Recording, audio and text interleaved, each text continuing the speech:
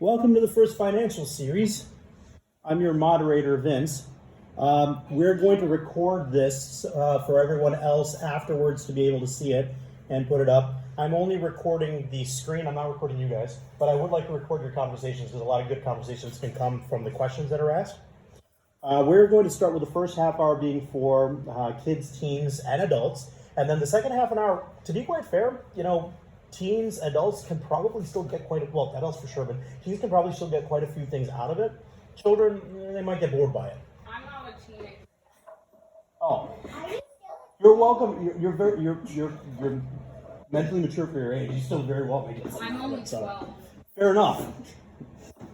Okay, so we're going to start first with an introduction to financial literacy for kids, an introduction to money basics for kids, and then what is money. So without further ado, I'm going to get right into it and get started. This is through Miacademy Learning Channel. It's a really, really good course. It is a little bit out of order from what I've seen.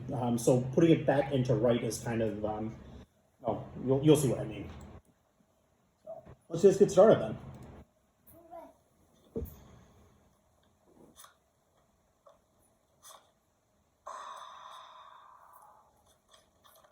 Money. They say it makes the world go round. They're wrong, of course. Money has nothing to do with why the planet's spinning. But it is a pretty major necessity in just about every modern society. You need money to buy food, new clothes, and a home where you can eat your food and change your clothes. If you want to do anything fun outside your home, you might need to buy a car, not to mention fuel. One of the places you might drive your car is your workplace, not to spend money, but to earn more. Even if you decide to stay home and do something fun, that still costs money. Toys, games, TV, you name it, it all costs money. Earn money, spend money. Earn money, spend money. When you put it like that, it sounds pretty simple, but it can actually get very complicated very quickly. And it's all too easy to make a mistake and end up with no money for food or clothes or a house or a car or games. And that's exactly why financial literacy is so important. Financial literacy is the understanding and ability to manage your money and make smart financial decisions. So, in this course, we're going to teach you how to make the best choices with your money and how to recover in case you do make a mistake. In this video, we're going to start with a brief outline of all the different units in this course, and then I'll walk you through the structure of our lessons, including what you'll be responsible for completing. Let's get into it.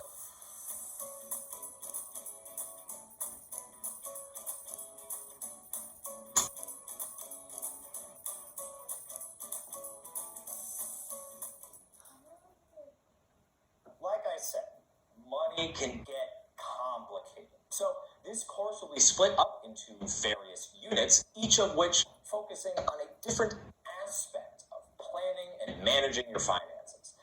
First, before we can get into all the complicated parts of money, we need to learn about the basics, like what makes money money, and what kind of institutions deal with money directly. Then we're going to learn all about budgeting, one of the most important strategies for keeping track of your money. As we go through all these different units, we'll keep going back and adding more and more bits to your budget until it's as detailed and comprehensive as possible. Next, we're going to learn about the most common way of making money: working at a job where you work. I know, it's not the most exciting topic in the world, but you're going to need to make some money before you have the money to spend. And when you do get a job, you'll start having to do taxes. So we're going to take a second and learn all about those. And we're going to teach you something that not many people were taught how to do. How to actually do your own taxes. You're going to be one of the lucky few. Once you have a job and are dutifully paying your taxes, you're going to want to know where to save your extra money, or maybe where to invest in, so you can make more money without having to work for it. Now, saving and investing is great and all, but sometimes it's just not enough. And that's where credit and the loans come into play. These are systems in which you can borrow money from people in order to pay for things that you don't have the money for yet. And why might you need to borrow money, you ask? To make a big purchase, of course. Whether it's a car, a house, or even a college education, it's important to understand the massive price tags on these things and what your options are for paying them. Now, with all these financial goals and payments, it can be easy to make a mistake or get taken advantage of. That's why we're also going to be talking about the financial protections that are in place to keep you from going broke when an accident happens. And finally, we're going to take a look at everything you've learned as well as your original budget so that you can not only keep track of your finances today, but also plan ahead for a successful future. Units in this course will generally follow the same structure. Each lesson will include a lesson video and some practice questions. Every few lessons, you'll find a wrap-up with a reference guide, some more practice questions, and an assessment so that you can test what you've retained from those previous lessons. Feel free to use the reference guide to help you or jog your memory as you take the assessment. Finally, some units include a project or two. These are awesome opportunities to prove how much you've learned and to get a start on your future success before you even finish this course. Look, I get it. This seems like a lot of things to learn about, but this is also something that a lot of people don't get any education on, and then they wish they did after something's already gone wrong. In fact, one survey found that people will get more stressed trying to pick a retirement plan than they do at a dentist appointment. That's saying something. By learning about financial literacy now and practicing these skills before you become an independent adult, you'll be setting yourself up for a life of success and much less stress. About money, not about dentist appointments.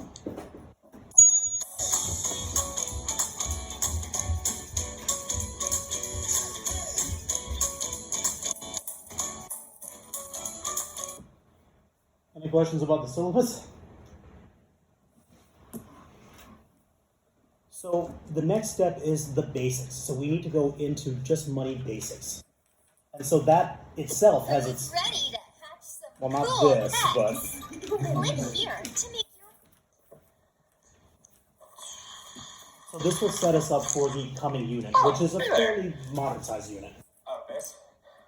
So, my friend Caroline's been having some money issues lately, so I thought it'd be a good idea to help her out by making her a short guide on money. See, Caroline's an actor, like me, and with this sweet gig comes a little bit of financial insecurity. Sometimes we get a lot of jobs lined up and everything's great, and other times, well, we have to be prepared to go without work for a while. And a big part of that is making sure we have a nest egg saved up and tucked away somewhere so that we don't go broke. Therefore, yeah, it seems like a lot. And it is, but Caroline was asking a lot of questions. Like, What's money but some pieces of paper, right? Couldn't I just go to the public library, use their printer, and then I'd be rich? Except then, wouldn't everybody do that?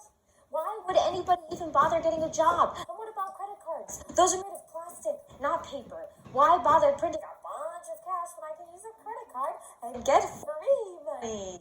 How would I even get a credit card? she even mentioned selling her kidney for money at one point. But thankfully, I was able to convince her that that was not the smartest idea long term. Actually, now that you're here, why don't I just teach you some of this stuff too? I mean, I just have to make a copy of the notes, but that shouldn't take too long.